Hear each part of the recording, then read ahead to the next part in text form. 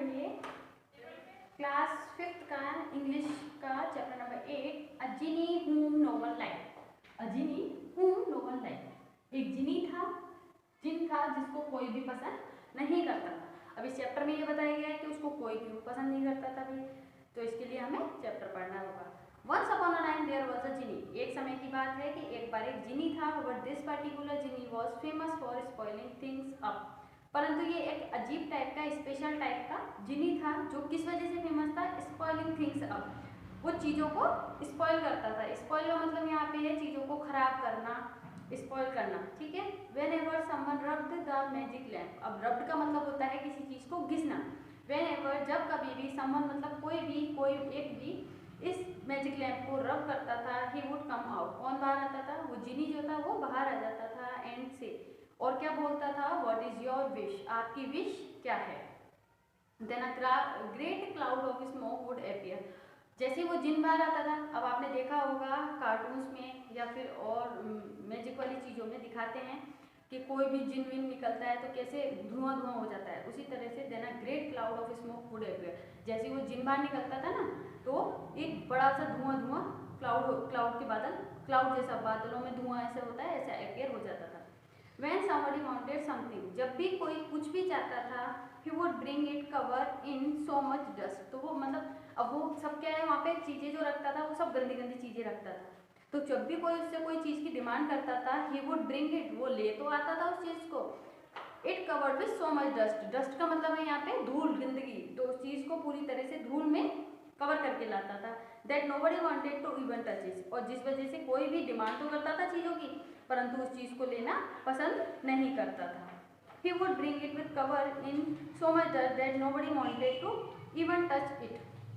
अब कोई भी चीज़ तो ले आता था डस्ट में कवर करके, परंतु कोई भी उसको लेना पसंद नहीं करता था। So silly were his mistakes that no one liked the magic lamp। और इस वजह से क्या था, उसकी जो ये गलतियाँ थी, जो मिस्टेक थी वो बहुत ज़्यादा बेवकूफ़ी वाली थी, इस वजह से उस मैजिक लैम्प को कोई भी पसंद नहीं करता था।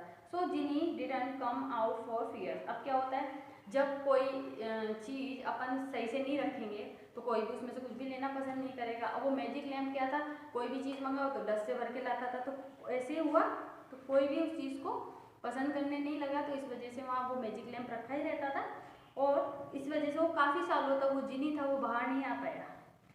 उसके बाद नेक्स्ट देखते हैं सेकंड वाला। वन डे अ लॉनली बॉय नेम्ड पंकज। अब एक अकेला लड़का था, लॉनली मतलब होता है अकेला, एक लड़का था जिसका नाम था पंकज, फाउंड द लैम्प। अब उसको वो लैम्प मिल जाता है।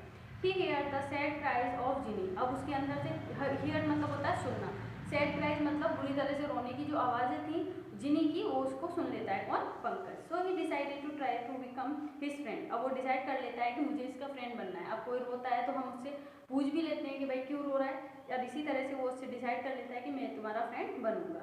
The wish he asked to be granted was to able to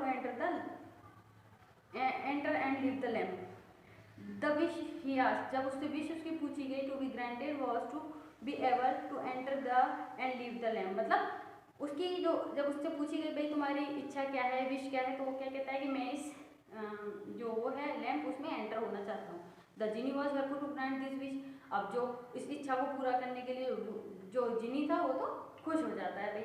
अब उसके बाद third number, as soon as Pankaj enter the room, अब एंटर द लैम्प। अब जैसे ही उसकी डिमांड पूरी हो जाती है तो उसकी विश पूरी करने के लिए पंकज लैम्प के अंदर एंटर हो जाता है। He could see what the genie's problem was. अब वो समझ पाता है कि जिनी की प्रॉब्लम क्या है।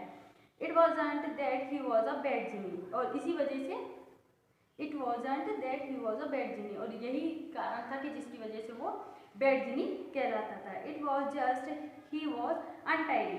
अनटाइडी मतलब होता है यहाँ पे नॉट वेल अरेंज, अच्छी तरह से नहीं रहना, गंदा संदा रहना, तो उसको अपन बोल सकते हैं untidy. It was just that he was untidy, इसकी वजह से वो साफ सुथरा नहीं रहता था। इन द लैम्प, लैम्प के अंदर everything was throne over all over the place. सारी की सारी चीज़ें, थ्रोन मतलब होता है फेंकी जाना, इधर से उधर सारी चीज़ें पड़ी हुई थी, कोई भी चीज़ प्रॉपर जगह पे नहीं थी। Whether it be jewellery, books, boards and camels, जहाँ तक कि कोई भी चीज़ थी लैम्प के अंदर, ज्वेलरी हैं, बुक्स हैं, बोर्ड्स हैं या कैमल हैं, ऊँट वगैरह हैं, तो वो सारी चीज़ें हैं तो सही, परंतु अपनी जगह पे प्रॉपर नहीं है, इधर उधर पड़ी हुई थी।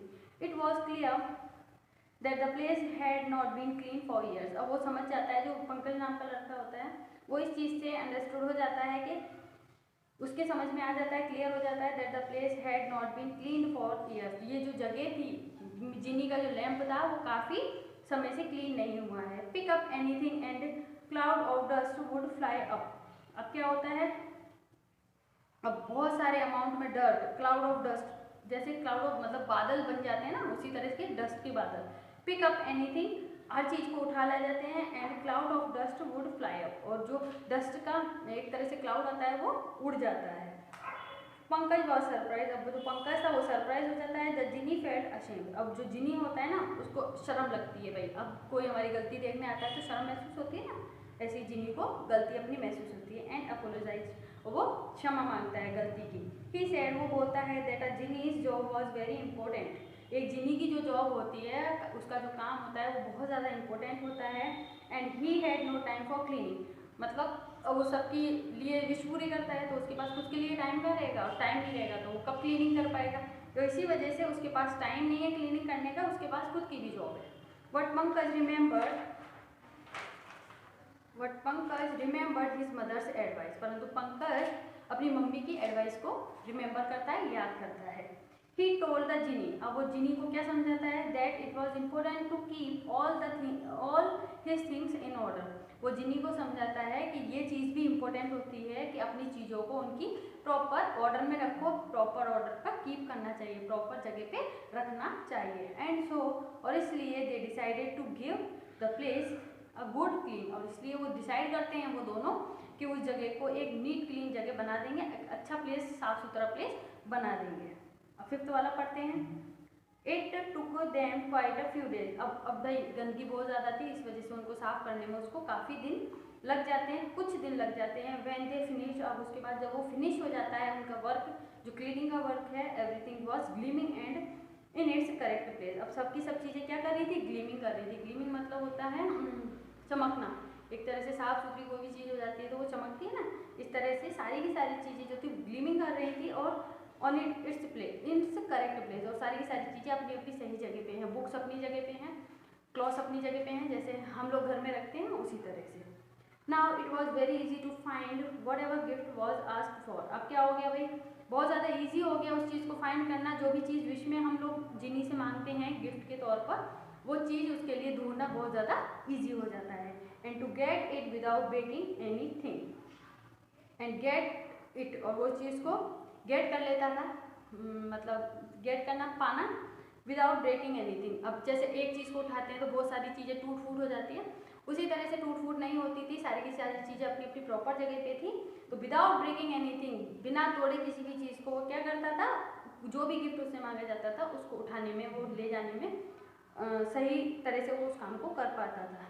And so the genie began to be respected, और इस वजह से क्या हो गया, उस जिनी की रेस्पेक्ट की जाने लगी। जब भाई अपन अपना काम अच्छी तरह से करते हैं, जब बच्चे अच्छी तरह से पढ़ते हैं, तो वो भी तो देखा है ना आपने, टीचर उनको अच्छे से बोलती हैं, समझाती हैं कि भाई हाँ अच्छा बच्चा है।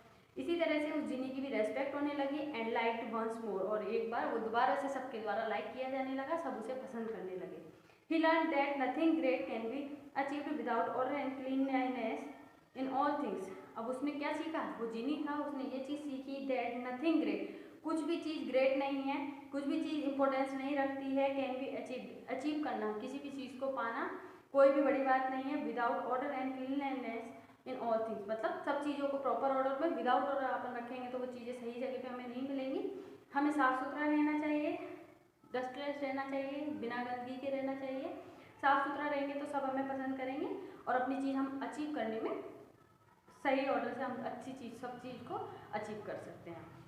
तो इस वाले चैप्टर में आपने क्या समझा, एक जिनी था वो जिसको कोई भी पसंद नहीं करता था, जब वो उस मैजिक लैम्प को रब करता है, एक बच्चा, उसका नाम पंकज होता है, वो उसके अंदर एंटर करता है, तो वो समझता है वो क्यों रो रहा होता है, क्यों रो रहा होता है, क्योंकि अंदर सारी चीज़ें इधर उधर पड़ी थी, कोई उसको पसंद नहीं करता था, इस वजह से कोई भी उस मैजिक लैम्प को रब नहीं करना चाहता था, और इसी वजह से कोई भी उस मैजिक लैम्प को रब करके अपनी विश पूरी नहीं करना चाहता था। और जब उसको समझ में आता है अंदर जाके कि ये सब दिक्कत थी, तो वो जिनी को समझाता है कि सब चीज़ें अपन को प्रॉपर जगह पे और सब प्रॉपर काम अपन को प्रॉपर तरह से करना चाहिए, डस्टलेस रहना चाहिए। इस वजह से वो दोनों मिलकर कुछ दिनों में सफाई करते हैं, जब प्रॉपर जगह पे सब चीज़ें हो जाती हैं, चीज़ें अकॉर्डिंग टू द जगह सेट हो जाती हैं, according to the place set हो जाती हैं। उसके बाद वो लोग क्या करते हैं, दोबारा से पहले जैसा साफ सुथरा सब हो जाता है और सब लोग उससे विश करने लगते हैं कि हमें ये चाहिए वो चाहिए।